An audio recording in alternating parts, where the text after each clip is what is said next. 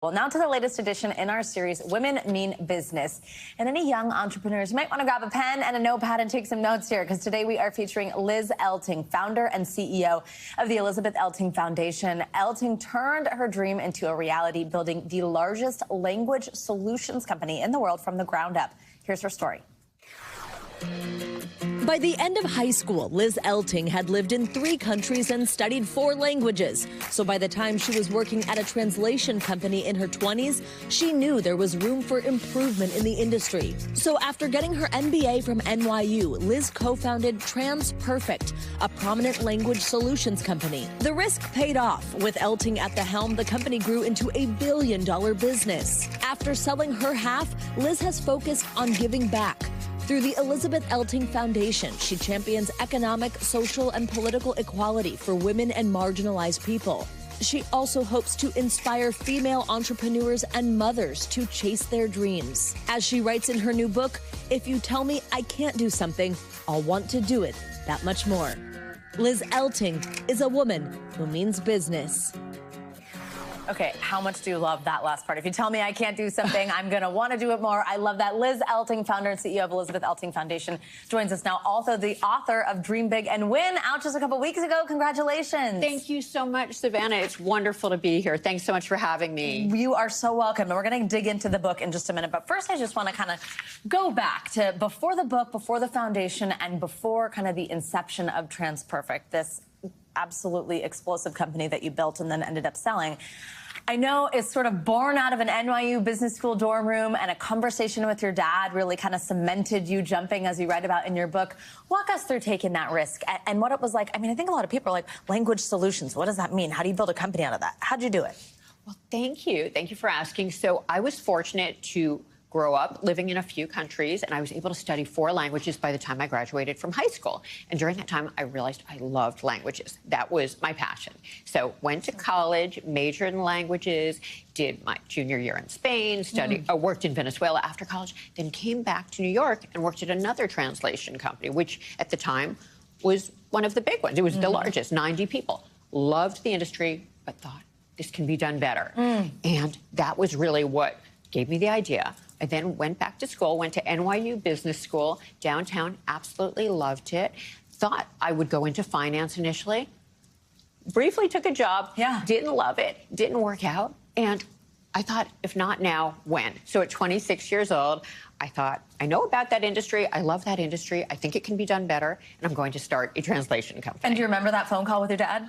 I do. I remember talking to him, and he said, oh, wow, you just got your MBA, right? Finance, but you love language. It's your passion. And he did encourage me. He always encouraged me, whether it was in college when I was torn. I thought, well, I want to major in languages, but what on earth am I going to do with that?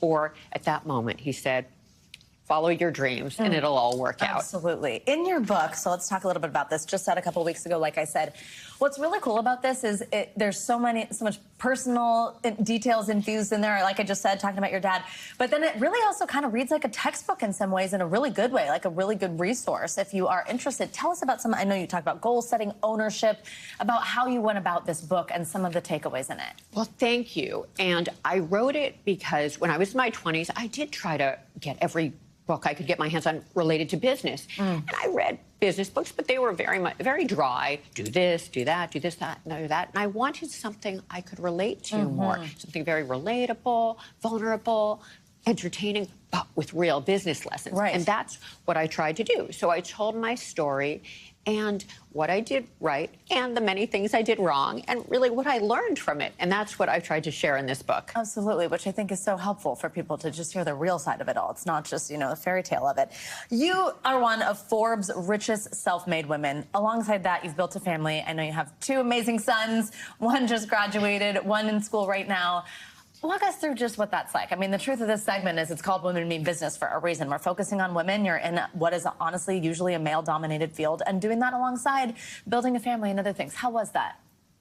I think I went through what every working mom goes through, that I loved what I was doing. I felt like I needed to remain doing what I'm doing, both for my family, for the people at my second family, my company, and just, it was necessary.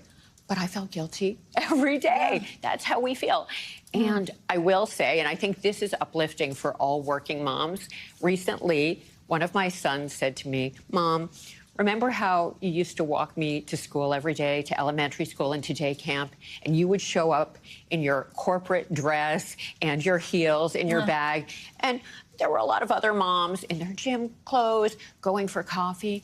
He said, "I was so proud of you. I was so proud of you, and I want to marry someone just like you." And I say that for all the working moms out there. When we feel guilty and we feel like we should be at home, they appreciate it. They appreciate it. They appreciate it. Son. Oh my goodness. And I think that makes us all feel better. Oh, absolutely. We've only got like 30 seconds here. I know now you've turned this into the Elizabeth Elting Foundation, where you are giving back.